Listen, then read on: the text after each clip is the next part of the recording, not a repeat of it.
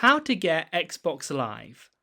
This is for Xbox Series S or X, and you'll be used to being able to go to the dashboard, typing in the search bar Xbox Live Gold, then being able to buy it from there. But now things have changed. Xbox Live Gold doesn't exist quite like it used to.